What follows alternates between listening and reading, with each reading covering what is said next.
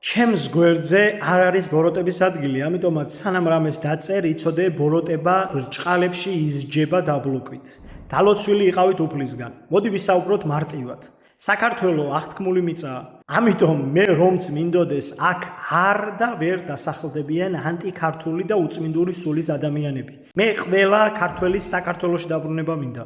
ხაზგასმით ვიძახი, ქართველებისა და საქართველოს მფარველი არის მარიამ ღვთისმშობელი. ამიტომ ნუ ინერვიულებთ. გქონდეთ უფლის იმედი და რწმენა. რაც შეეხება წინა ვიდეოებს, ზოგიერთმა არასწორად გაიგო რაღაცები. დიახ, არ შეიძლება ქართველი მუდმივად ქორწინდებოდეს ქართველზე. დამტკიცებულია, რომ ეს ყველაფერი ადამიანის ორგანიზმს აზიანებს და მის შთამომავლობას.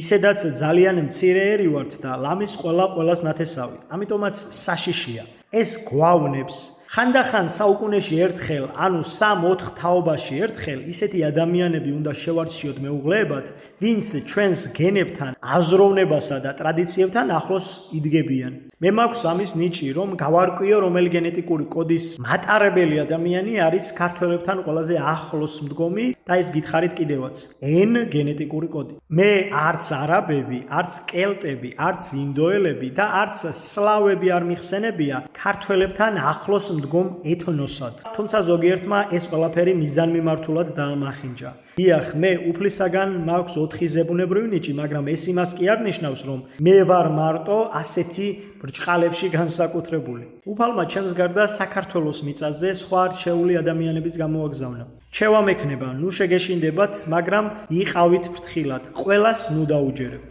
გარშემო ბნელი ძალები ცდილობენ შიშის, პანიკის და გაურკვევლობის დათესვას. ჭეშმარიტი მორწმუნე არასოდეს ეცემა სულიერად. შიში ბოროტის მთავარი იარაღია, რადგან შეშინებული ადამიანის მართვა უფრო მარტივია. ასე ის ცდილობს ადამიანების სამშობლოსა, სარწმუნოებისა და სიკეთისგან ჩამოშორებას.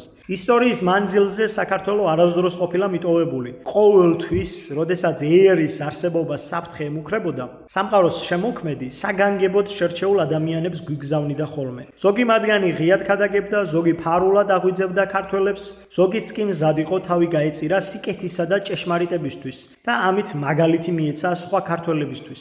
დღესაც ასეა. უფალმა კვლავ გამოგვიგზავნა წმინდა ადამიანები საქართველოს მიწაზე, რათა მათ გაუყვალონ ერს სიმართლის გზა. ბოროტება ხშირად ძლიერი გვეჩვენება. გვგონია, რომ მას ვერ დავამარცხებთ. ასევე გვგონია, რომ ის მუდმივია, მაგრამ მინდა გითხრათ, რომ სიკეთის წყარომ, ანუ უფალმა შექმნა ეს სამყარო, შესაბამისად, მასში ბოროტება ვერ გაბატონდება. ჩვენი სამშობლო განსაკუთრებულია. მისი მსგავსი არსად არ არის. ამიტომ ჩემო ძვირფასო ქართველებო, გულს ნუ გაიტეხთ. ნუ ჩავარდებით დეპრესიაში, ნუ მოიშლით ნერვებს. ყველაფერი კარგად იქნება. დამიჯერეთ, ვიცი, რასაც ვამბობ. ძალიან ცოტა დროა დარჩენილი ჩვენი ქვეყნის გაერთიანებამდე და თითოეული ქართველის სამშობლოში დაბრუნებამდე.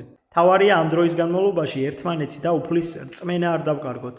მიენდეთ უფალს, დაიცავით თქვენი ოჯახები, არ დაკარგოთ ეროვნული ღირსება და გჯეროდეთ, რომ ჩვენს საქართველოს აქვს დიდებული მომავალი. დარწმუნებული იყავით, რომ უფლის მიერ მოვლენილი ადამიანები თავის საქმეს ბოლომდე მიიყვანენ და ეს წმინდა მიწა კვლავ იზეიმებს სულიერ გამარჯვებას. ამჯერად უკვე სამუდამოდ.